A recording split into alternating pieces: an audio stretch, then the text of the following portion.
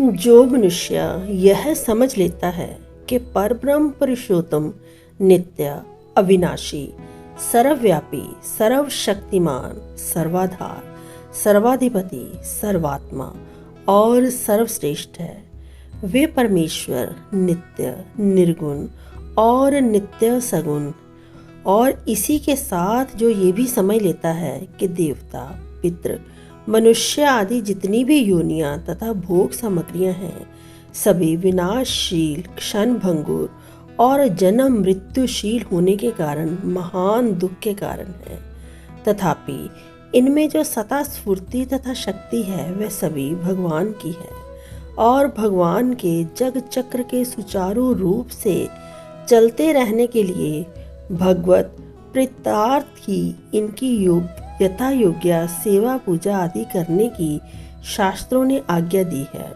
और शास्त्र भगवान की ही वाणी है। वह मनुष्य इहलौकिक तथा पारलौकिक देव पित्रादि लोकों के भोगों में आसक्त न होकर कामना ममता आदि हृदय से निकालकर इन सब की यथा योग्य शास्त्र विहित सेवा पूजा आदि करता है। इससे उसकी जीवन यात्रा सुख पूर्वक चलती है और उसके आभ्यंतरिक विकारों का नाश होकर अंतःकरण शुद्ध हो जाता है, एवं भगवत कृपा से वह सहज ही मृत्युमय संसार सागर से तर जाता है। विनाशशील देवता आदि की निष्काम उपासना के साथ साथ अविनाशी परात्पर प्रभु की उपासना से वह शीघ्र ही अमृत रूप परमेश्वर को प्रत्यक्ष प्राप्त कर लेता है।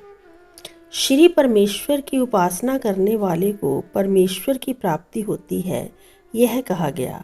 अतः भगवान के भक्त को अंतकाल में परमेश्वर से उनकी प्राप्ति के लिए किस प्रकार प्रार्थना करनी चाहिए, इस जिज्ञासा पर कहते हैं, भक्त इस प्रकार प्रार्थना करे कि हे भगवान, आप अखिल ब्रह्मांड के पोषक हैं, आपसे ही सबको पुष्टि प्राप्त होती है, आपकी भक्ति ही सत्य धर्म है और मैं उसमें लगा हुआ हूँ। अतएव मेरी पुष्टि मेरे मनोरथ की पूर्ति तो आप अवश्य ही करेंगे। आपका दिव्य श्रीमुख सच्चिदानंद स्वरूप प्रकाशमय सूर्य मंडल की चमचमाती हुई ज्योतिर्मय यवनिका से आवृत है। मैं आपका निरावरण प्रत्यक्ष दर्शन करना चाहता हूँ। अतएव आपके पास पहुँचकर आपका निरावरण दर्शन करने में बाधा देने वाले जितने भी जो भी आवरण प्रतिबंधक हो, उन सबको मेरे लिए आप हटा दीजिए। अपने सच्चिदानंद स्वरूप को प्रत्यक्ष प्रकट कीजिए।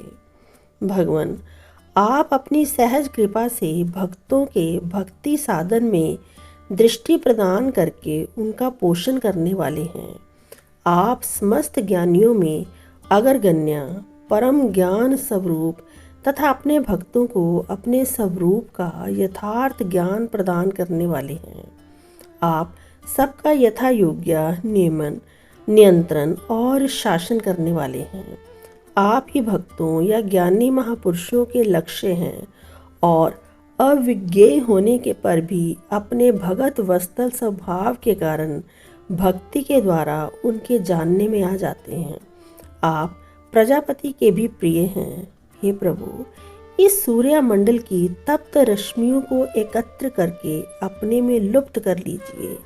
इसके उग्र तेज को समेटकर अपने में मिला लीजिए और मुझे अपने दिव्य स्वरूप के प्रत्यक्ष दर्शन कराइए।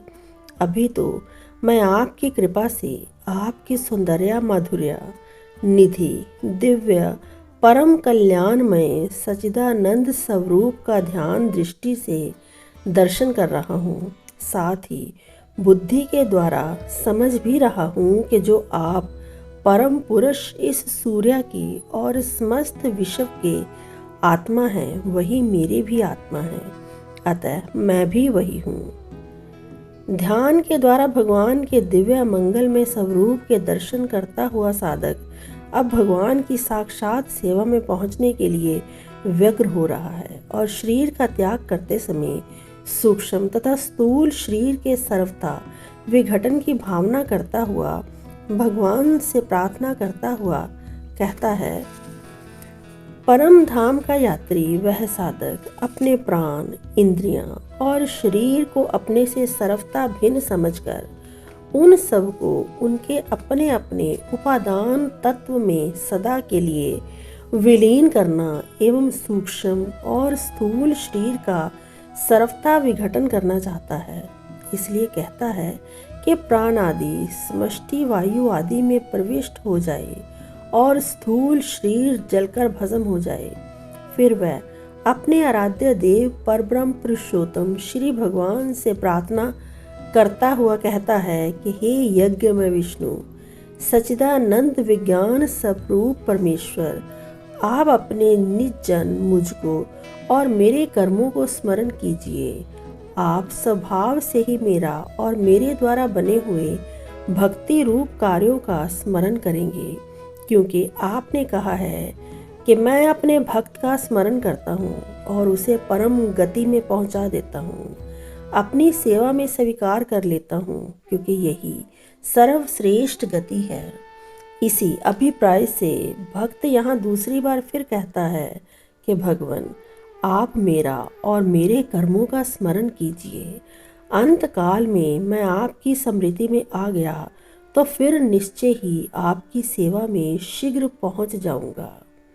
इस प्रकार अपने आराध्य देव परब्रह्म पुरुषोत्तम भगवान से प्रार्थना करके अब साधक अपुनरावृत्ति अर्ची आदि मार्ग के द्वारा परम धाम में जाते समय उस मार्ग अग्नि अभिमानी देवताओं से प्रार्थना करता है। साधक कहता है, हे अग्नि देवता, मैं अब अपने परम प्रभु भगवान की सेवा में पहुंचना और सदा के लिए उन्हीं की सेवा में रहना चाहता हूँ। आप शीघ्र ही मुझे परम सुंदर मंगलमय उत्तरायण मार्ग से भगवान के परम धाम में पहुंचा दीजिए। आप मेरे कर्मों को जानते हैं। मैंने जीवन में भगवान की भक्ति की है और उनकी कृपा से इस समय भी मैं ध्यान नेत्रों से उनके दिव्य स्वरूप के दर्शन और उनके नामों का उच्चारण कर रहा हूँ। तथापि आपके ध्यान में मेरा कोई ऐसा कर्म शेष हो जो इस मार्ग में प्रतिबंधक रूप हो, तो आप कृपा करके उसे नष्ट कर दीजिए। मैं आपको बार बार विनयपूर्वक प्रणाम करता हूँ, नमस्कार करता हूँ। इस मंत्र के अनुसार अंतकाल में भगवान की प्रार्थना करने से मनुष्य मात्र का कल्याण हो सकता है। भगवान ने स्वयं भी गीता में कहा है कि हे परमात्मन, मेरे ये इंद्रियां और प्राण आदि अपने अपने कारण तत्वों में लीन हो जाएं और मेरा ये स्थूल शरीर भी भस्म हो जाए। इनके प्रति मेरे मन में किंचित भी आसक्ति न हो। हे यज्ञ में विष्णु, आप कृपा करके मेरा और मेरे कर्मों का स्मरण करें। आपके स्मरण कर लेने से मैं और मेरा कर्म सब पवित्र हो जाएंगे। फिर तो मैं अवश्य ही आपके चरणों की सेवा में पहुंच जाऊंगा। हे अग्नि स्वरूप परमेश्वर, आप ही मेरे घन हैं, सर्वस्व हैं। अतः आपकी ही प्राप्ति के लिए आप मुझे उत्तम मार्ग से अपने चरणों के समीप पहुंचाइए। मेरे जितने भी शुभाशुभ कर्म हैं वे आपसे छिपे नहीं हैं।